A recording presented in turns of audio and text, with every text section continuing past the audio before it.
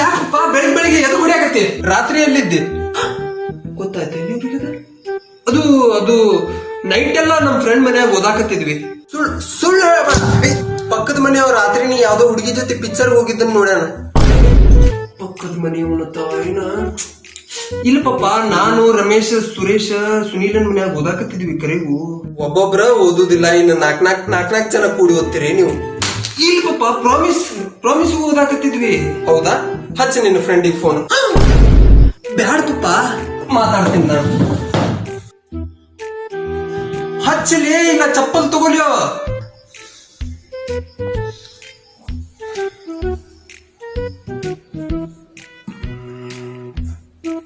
Hello, ಹೇಳೋ ಬೋಸ್.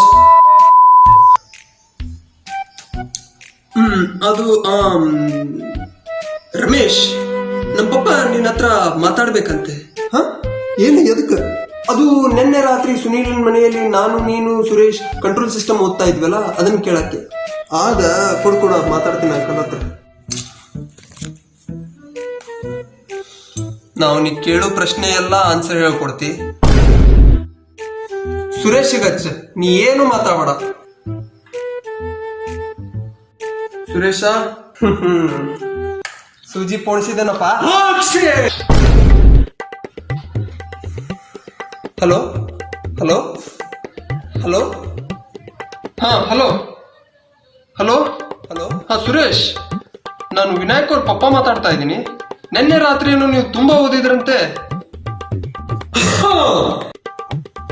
ಹಾ uncle, ಎಷ್ಟು ಜನ ಯಾರ್ಯಾರು ಇದ್ರಪ್ಪ? ಅದು 4 ಜನ ಅಂಕಲ್. ಅದು ಯಾವ ಸಬ್ಜೆಕ್ಟ್ ಓದಿದ್ರಿ? ನಿಮ್ ಮಾತು ಮುಗಿದಿಂದ ಅವನ ಮನ್ಯಾಗ ನನ್ ಕಂಟ್ರೋಲ್ ಸಿಸ್ಟಮ್ ಬುಕ್ ಐತಂತ ಹೇಳು. Control system uncle. ಸರಿಯಪ್ಪ. ಇಲ್ಪಪ್ಪ, ಕೆಮ್ಮು ಸೈನ್ ಲ್ಯಾಂಗ್ವೇಜ್ ದಾಗ ಸಿಗ್ನಲ್ ಮಾಡ್ತೀಯ ಅವನಿಗೆ. ಇಲ್ಪಪ್ಪ, ತಗೋ, ಲಾಸ್ಟಿಗೆ ಸುನೀಲ್ಗೆ ನನ್ ಫೋನ್ಲೆ ಕಾಲ್ ಮಾಡು. ನೀ ತುಟಿ ಬಿಟ್ಟಕ್ಕಂದ್ರೆ ಚಪ್ಪಲ್ ತಗೊಂಡ್ ಬಿಡ್ತೀನಿ. ತಗೋ, ಹಚ್ಕೊಡು ಸುನೀಲ್ಗೆ.